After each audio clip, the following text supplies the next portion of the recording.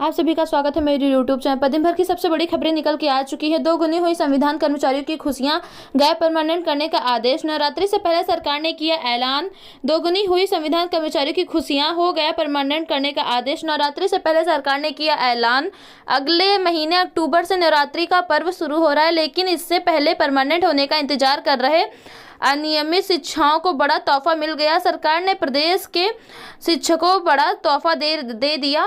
सभी संविधान शिक्षकों को परमानेंट करने का फैसला लिया। सरकार ने इस फैसले से हजारों संविधान शिक्षकों को एक साथ उम्र भर की खुशियां मिल गई। ऐसे में त्योहारी सीजन से पहले संविधान शिक्षक से बड़े तोहफा मान रहे हैं वे समेत इन आज का होगा भाग्यदस्त नौकरी के प्रमोशन मिला, संभावना चांद की तरह चमक उठी किस्मत।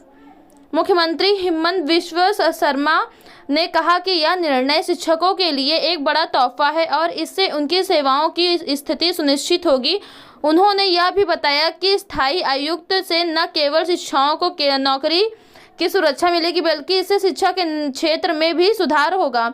असर सरकार के फैलने से कम शिक्षकों को फायदा होगा जो हाई स्कूल के नौकरी कर रहे हैं। 2010 में कांग्रेस सरकार ने पूरे प्रदेश के हाई स्कूल में अंग्रेजी, गणित और सामान्य विज्ञान जैसे विषयों को पढ़ने के लिए आधार पर काम करें। 18 लाख शिक्षकों की आयुक्त ही, हालांकि कई शिक्षक वर्ष से नौकरी छोड़ चुके हैं। वर्तमान में शिक्षक संविधान पदों पर काम कर रहे मुख्यमंत्री हेमंत बिश्व शर्मा ने कहा, कांग्रेस के शासन के दौरान हाई स्कूल में शिक्षकों की भर्ती अनुबंध के आधार पर की जाती है। 2021 में भाजपा सरकार ने अनुबंधित शिक्षकों की सेवा 60 वर्ष की आयु तक बढ़ा दी और उन्हें नियमित शिक्षकों के बराबर कई सुविधाएं दी गई।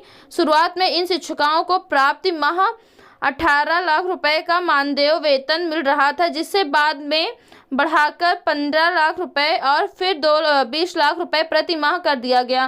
गौरतलब है कि असम सरकार ने हाल ही एक सर्व अभियान SS के तहत तो राज्य के प्राथमिक विद्यालय में कार्यकर्ता लगभग 25 लाख शिक्षकों की नौकरियां नियमित कर दिया।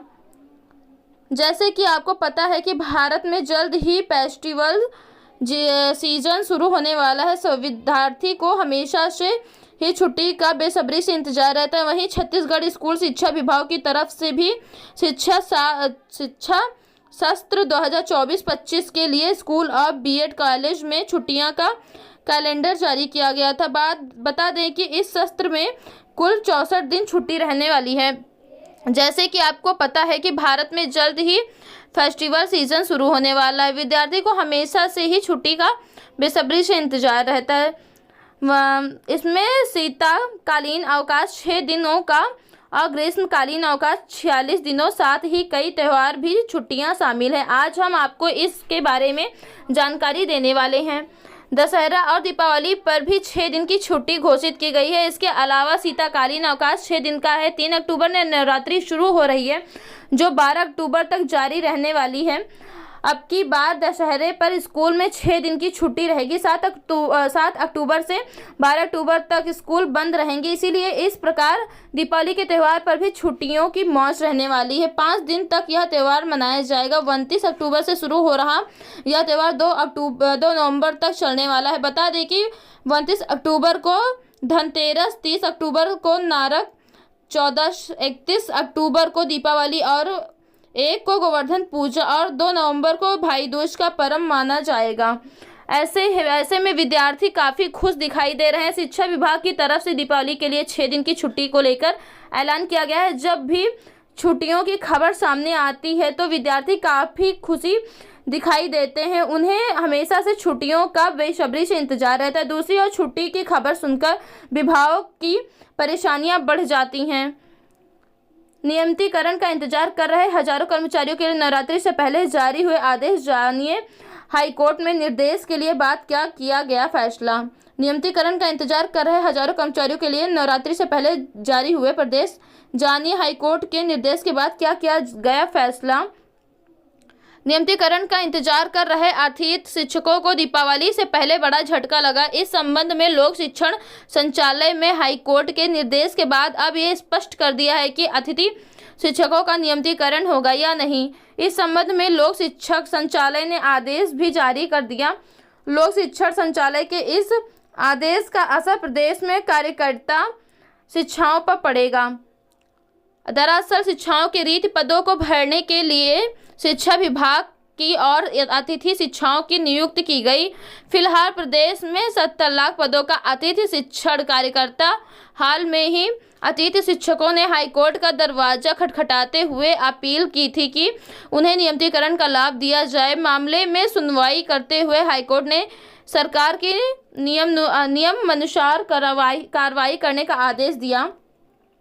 तिथि शिक्षकों का कहना था कि वे शिक्षक पात्रता परीक्षा उत्तीर्ण हैं तथा डीएड बीएड भी है। उनके पास 3 वर्ष से लेकर 15 वर्ष का पढ़ाने का अनुभव है।